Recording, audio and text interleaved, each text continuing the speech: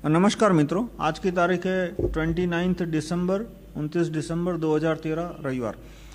ये वीडियो है इस बात पे एम्फेसाइज करने के लिए कि अरविंद भाई की और प्रशांत भूषण वगैरह इन लोगों की राइट टू रिकॉल लाने की नियत ही नहीं है।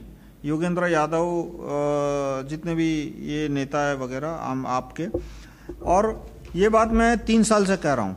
अप्रैल 2011 में सबसे पहले जब उन्होंने राइट टू रिकॉल की बात जंतर मंतर के अन्ना के अनशन पे की थी 8 अप्रैल 2011, उससे पहले अगस्त 2010 कुछ 6-8 महीने पहले भी राइट टू रिकॉल की बात एक बार उन्होंने मीटिंग की थी। तभी से मैंने कहा था कि इन लोगों की, अन्ना की, अरविंद भाई की राइट टू रिकॉल लाने की कोई इच्छा ही नहीं है, कोई नियत ही नहीं है।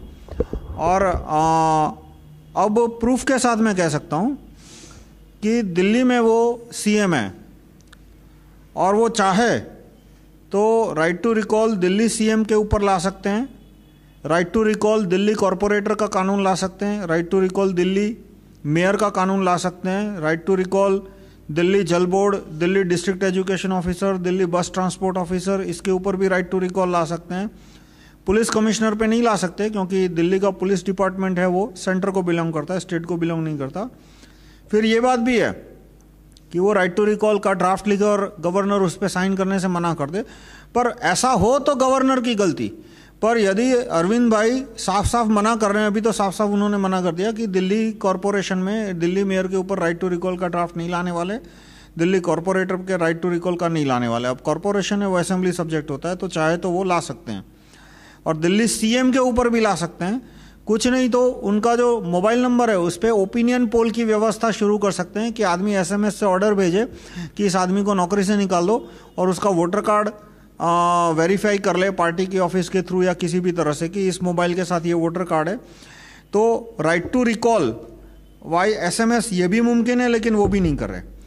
अब ये दलील कर रहे हैं कि right to recall MLA, right to recall MP, right to recall PM, right to recall CM है, ये पार्लियामेंट सेंट्रल सब्जेक्ट है, यूनियन लिस्ट का सब्जेक्ट है, इसलिए उनको पार्लियामेंट में जब सीट आएगी, मेजोरिटी आएगी, तब वो राइट टू रिकॉल का कानून लाएंगे। तो वो ठीक है, पार्लियामेंट में जब मेजोरिटी आए, लेकिन राइट टू रिकॉल का ड्राफ्ट देने के लिए मेजोरिटी नहीं चाहिए। राइट टू रिकॉल का ड्राफ्ट देने के लिए एक एमएलए नहीं चाहिए, एक एमपी नहीं चाहिए, ड्राफ्ट अभी दे सकते हैं। जैसे जन लोकपाल का ड्राफ्ट दिया था, एमएनसी पाल का, मल्टीनेशनल कंपनियों को फायदा हो उस तरह का जन लोकपाल का ड्राफ्ट उन्होंने अप्रैल 2011 में ही बना के दे दिया था। तो इस तरह से वो चाहे तो ड्राफ्ट आज के आज दे सकते हैं, राइट टू रिकॉल एमपी का, राइट टू रिकॉल एमएलए का, right to recall supreme court जज का, right to recall high court जज का, राइट टू रिकॉल लोकपाल का, लेकिन वो ड्राफ्ट देने से मना कर रहे हैं। इतना ही नहीं, दिल्ली में जो जन लोकपाल का कानून लाने की बात हो रही है उसमें भी उन्होंने राइट टू रिकॉल जन लोकपाल के क्लॉजेस रखने से मना कर दिया। जो जन लोकपाल का कानून आएगा उसमें साफ साफ रखा है कि सिटीजन जन लोकपाल के सिलेक्शन से रिलेटेड कोई एसएमएस नहीं भेज पाएगा। मतलब मान लो कोई गलत आदमी जन लोकपाल बन रहा है और आप किसी और आदमी को जन लोकपाल बनाना चाहते हो और आप एसएमएस भेजोगे तो उस एसएमएस की कोई वैल्यू नहीं होगी। उस वो मतलब दिल्ली गवर्नमेंट ऐसा कोई नंबर ही नहीं रखेगी कि जिसमें सिटीजन एसएमएस के जरिए अपना ओपिनियन दे सके। और योगेंद्र यादव यहाँ तक झूठ बोल रहे हैं कि राइट टू रिकॉल लाने के लिए पार्लियामेंट में 2/3 मेजोरिटी चाहिए, कॉन्स्टिट्यूशनल अमेंडमेंट करना पड़ेगा। मतलब वो पीछे ही खिसका जाते रहे। अब लोकसभा में, अब ये मई 2014 में लोकसभा का इलेक्शन होगा, उसमें कहेंगे कि भाई लोकसभा में हमारी मेजोरिटी आ जाएगी तो हम राइट टू रिकॉल लाएंगे। मेजोरिटी तो आएगी नहीं, लेकिन मान लो मेजोरिटी आ जाती है तो एक बहाना रेडीमेड है उनके पास कि भाई राज्यसभा में हमारी मेजोरिटी नहीं है, इसलिए हम राइट टू रिकॉल का कानून नहीं लाएंगे और राइट टू रिकॉल का ड्राफ्ट भी नहीं देंगे। कानून तो नहीं लाएंगे लेकिन ड्राफ्ट भी नहीं देंगे। और यदि मेजोरिटी राज्यसभा में 4-5 साल बाद आ गई तो नया बहाना देंगे कि भाई हमें कॉन्स्टिट्यूशनल अमेंडमेंट लाना पड़ेगा, उसके लिए 2/3 मेजोरिटी चाहिए। तो 2/3 मेजोरिटी अब 2019 में आएगी या पता नहीं 2021 में आएगी या कब आएगी। यानी लगातार पिछले 3 साल से राइट टू रिकॉल के ड्राफ्ट को ये पोस्टपोन करते जा रहे हैं और साफ साफ दिख रहा है कि दिल्ली कॉरपोरेटर पे, दिल्ली मेयर पे चाहे तो राइट टू रिकॉल का ड्राफ्ट आज ला सकते हैं, वो भी नहीं ला रहे हैं। जो मोहल्ला सभा वगैरह बन रहे हैं उसका भी ड्राफ्ट नहीं दे रहे, और उसके ड्राफ्ट में भी उन्होंने एसएमएस वोटिंग का कोई प्रोविजन नहीं रखा।